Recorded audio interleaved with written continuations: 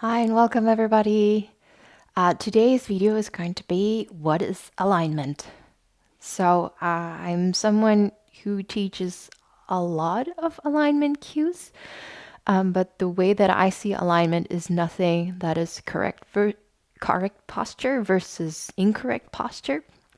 Alignment can have like a strict sound to it, but it is a dynamic and inquisitive journey. That's how I understand alignment. Um, Sometimes I explain it this way. Since I'm a yoga therapist, I also work with people with all sorts of difficulties moving, breathing, and even when I'm working with someone who's been through lots of rounds of chemo and they have a very strong kyphosis and they have polyneuropathy due to chemo, so they can't really feel the soles of the feet anymore. When this person does Warrior One with holding onto a chair, raising just one arm, tiny stance, you know, then, but in the moment, they align with their own possibilities, with gravity, with breath in that moment. There's a sense of poof. And in this video, I'll try to explain what I mean by poof. And it has nothing to do with how this person looks like, their proportions are good for yoga or not, whether they're super bendy or strong. It is about, an inner empowerment, an inner compass that also leads to beauty. I can talk about beauty in yoga another whole video, but today is going to be mostly about alignment as something dynamic, fluid, and responsive. Okay, so first things is relationship to gravity. So one important thing is that gravity has a pull down, but as this pull down happens, there is another rebound effect of energy moving back up. And there's often a talk of stacking our bones, stacking our joints in yoga. And I think as opposed to experiencing that as something rigid, it's this space in which we can feel a sense of lift through our relationship to gravity. So let's explore that in Tadasana. So you can come up. If standing up is not the right thing, you can also just sit on a chair and explore your upper body. But I'm going to stand up. And first things first, for me, it's actually really hard to come into alignment with the feet together because of the width of my pelvis. When my feet move in, my body automatically tilts the pelvis backward. So for me, I feel much freer with the feet hip width distance apart. Doesn't mean that I can't do Tadasana with the feet, but that's already, one thing that you could explore within yourself where maybe you have to stand with the feet sort of even wider to feel like, whoa, there's a sense of tailbone moving down, and that in effect starts to give you a sense of a boost or a lift. For me, it's roughly this position. And then you can play around, first of all, with your weight. If it's too far forward, I feel my shins and calves gripping. And if I've moved too far back, my core has to kick in to not knock me back. So where on my feet is a sense of center. Can of course do the same thing left and right.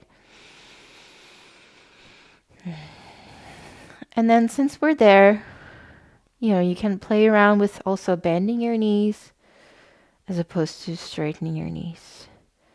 If you straighten them too much, you might feel like there's kind of the energy is cut off in the feet. But if you bend them too much, and like in Tai Chi, for example, you bend the knees to get more energy. In yoga, we have more long legs, but they can still have the same effect. With the knees bent and the legs extended, you can still feel the energy moving up. And then, since we're going from the ground up into your pelvis, Where do you feel? Now, if you point your tailbone too far forward, you might feel this gripping, this gripping. If you release it back too much, this might feel too loose. This might feel crunchy. So where do you feel you can connect to the ground through your pelvis? And the same thing with your chest. If you're too far open, you might be more in an inhale pattern. If you're too far back, more an exhale pattern. Same thing with the shoulders, where the arms are, and the head. And day to day, this position might change. And again, it's not a fixed thing. Alignment, first of all, is your awareness of where you are in space, your awareness of your relationship to gravity through the different parts of the body, and if you can receive it or not.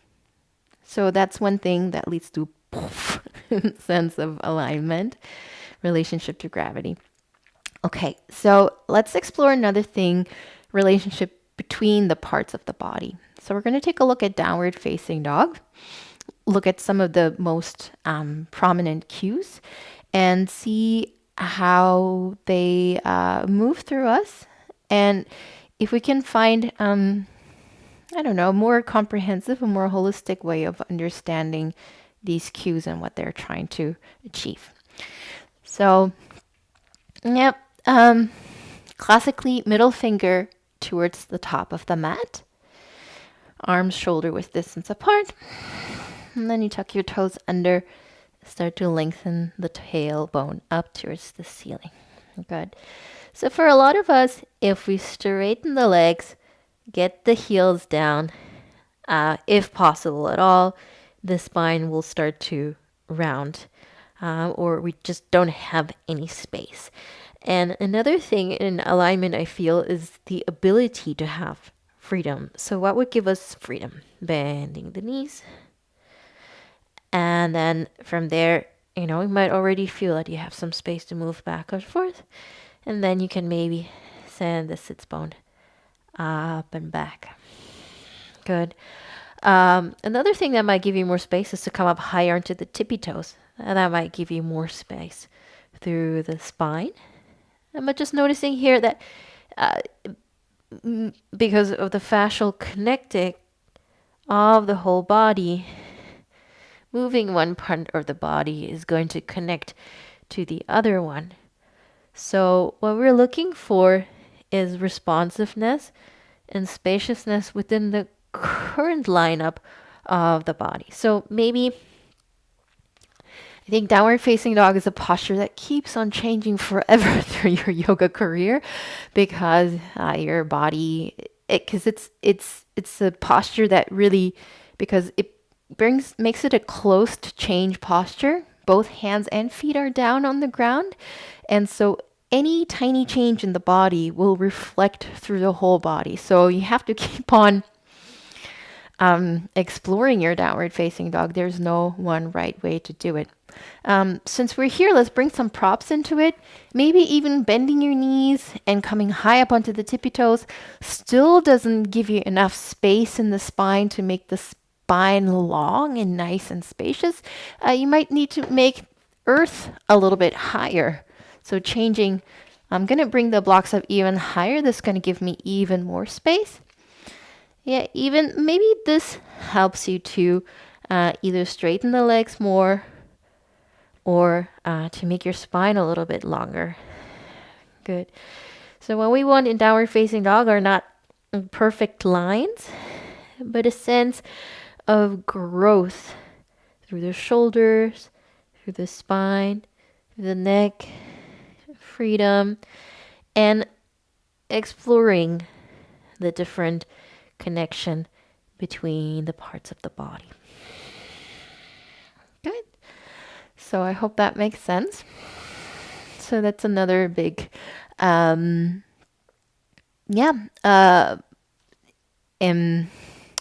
sort of ingredient in the boof, the ability to inquire as opposed to impose.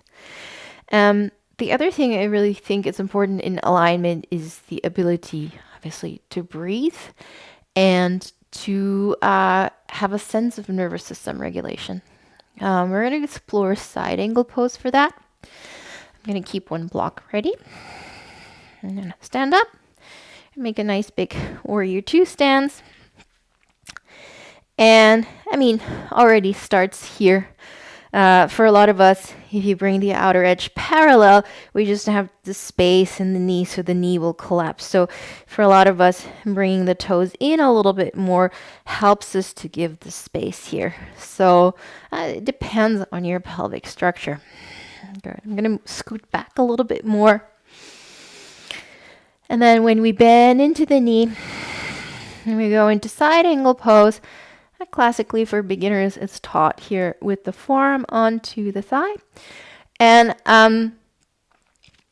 we quite often think the complete or the full posture is the hand to the outside, arm extending over. For a lot of us, however, if we move into this posture, the chest collapses, we're like this, and then we can't breathe.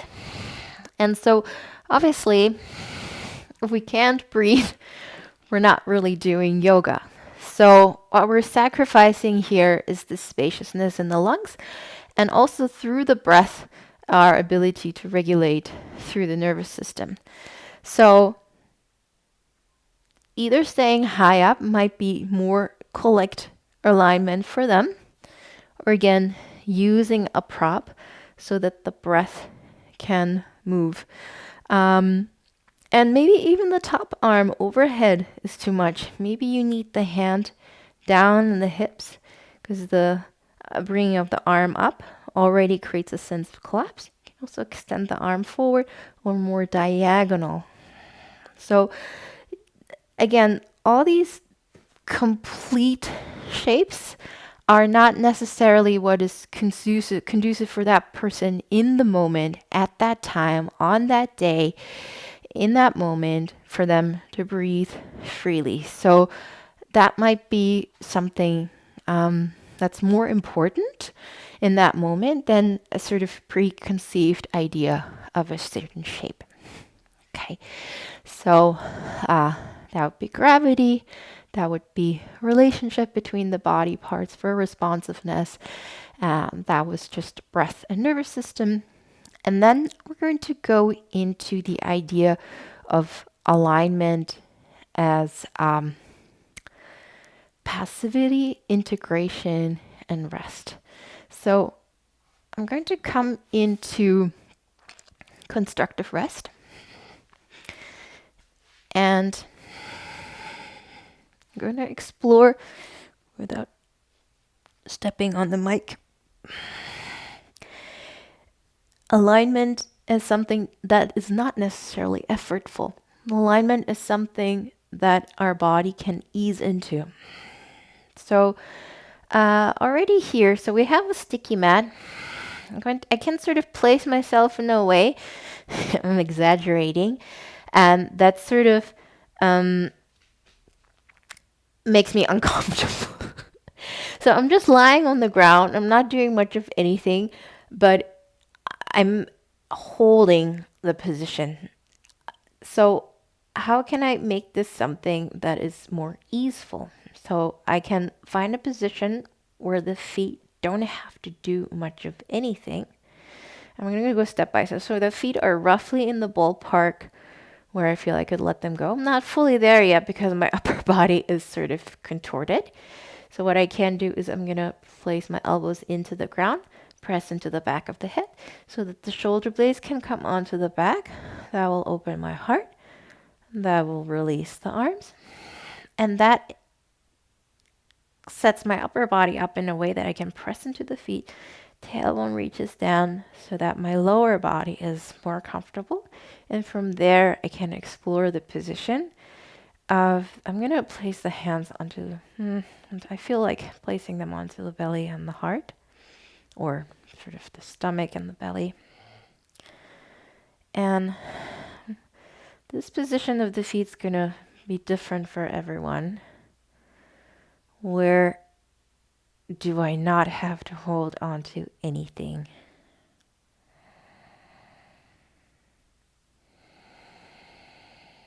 And now Constructive rest is effortless. I can focus on breath. I can focus on further release through the psoas. I can focus on a softening in the chest, heart space. But I'm still aligned. And the sticky mat is helping me keep alignment. The structure of my body is helping me to keep alignment, but it's nothing effortful or rigid. It's just sort of a floating space. And if you've explored this with me, maybe you don't want to come up. Let's take another breath. You can stay there if you like. I'm going to sit up and say a few more things. So,